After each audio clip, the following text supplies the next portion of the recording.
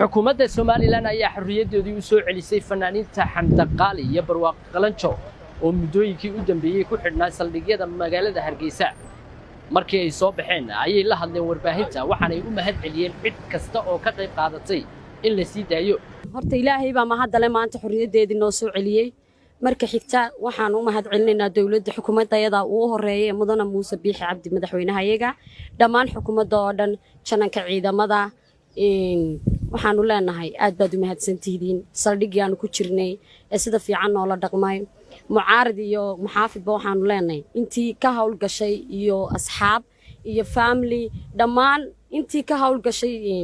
socodkayga siideen waxaan u leenahay mahadsantihiin intii uu nooga soo ducaynaysay iyo intii intaaba ugeysnaydba aad baad u mahadsantihiin dhamaantiin ummadda islaamka meel kasta joogan waad mahadsantihiin dhammaan saxaafadana waxaan leenahay aad baad mahadsantihiin si fiican aad noo shaqayseen oodii ciidoodii koos xidhan waxaan bilaa xorriyad ahay inaanu dareemaynay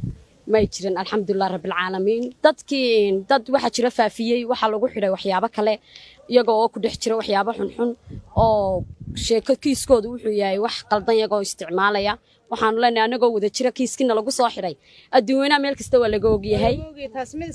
waxaan ahayd waad la socotiin baan u malaynayaa waxaan mahad celinaynaa Ilaahay subxaanahu wa ta'aala fududeeyay maanta siideynteedu inay suurta gasho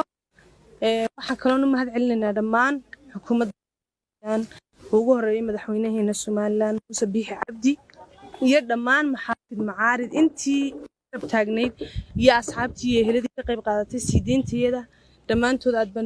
baan ugu mahad celinaynaa saxaafadana sidoo kale baan ugu mahad celinaynaa dhammaantiin aad baan idin salaaminaa meel walba joogtaan intii niyadda nooga soo ducaysay intiina garab taagnayd gidigiinba mahad baan idinka celinaynaa insha Allah inkasta oo labadan fanaan ay diideen in la weydiiyo su'aalo la xiriira siideentooda maanta haddana waxa ay ku soo beegmaysaa iyadoo dawladda waddanka Djibouti ay soo saartay war murtiyeed la xiriira in Soomaaliland iyo Soomaaliya